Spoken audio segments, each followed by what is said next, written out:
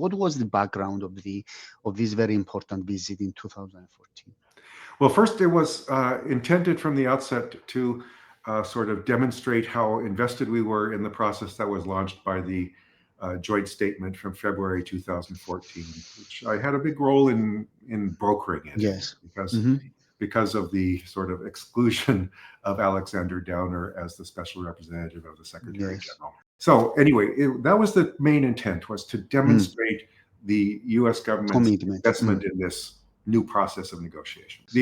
I don't want to go into it much here because it's complicated, but there was a desire as a deliverable to see the two sides agree on confidence building measures in connection with that visit. You know, it was very difficult to broker significant confidence building measures between Dervish Erolou, basically, and Anastasiades. Erolou was not helpful, but in that instance, nor was Anastasiades helpful. So we ended up with a really lackluster set of confidence building measures that were brokered at a dinner that was held between Erolou and Vice President Biden and Nikos Anastasiades in the buffer zone.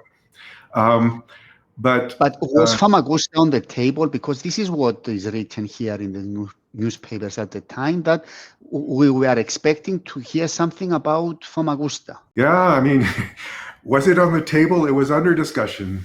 You know, this, I'd rather really not go into it, but it was probably the most disappointing thing that I ever was engaged in diplomacy. But it failed. And in the end, we were talking about really, really minor steps. By the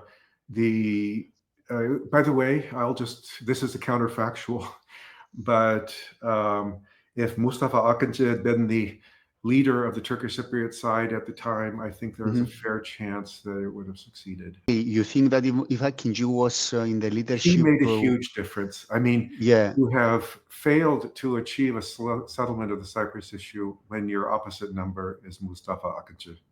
It's just hard to understand. You can't do better than that. I also, by the way, Akıncı also worked with Özdilnami, and Özdilnami was a very good person to negotiate with.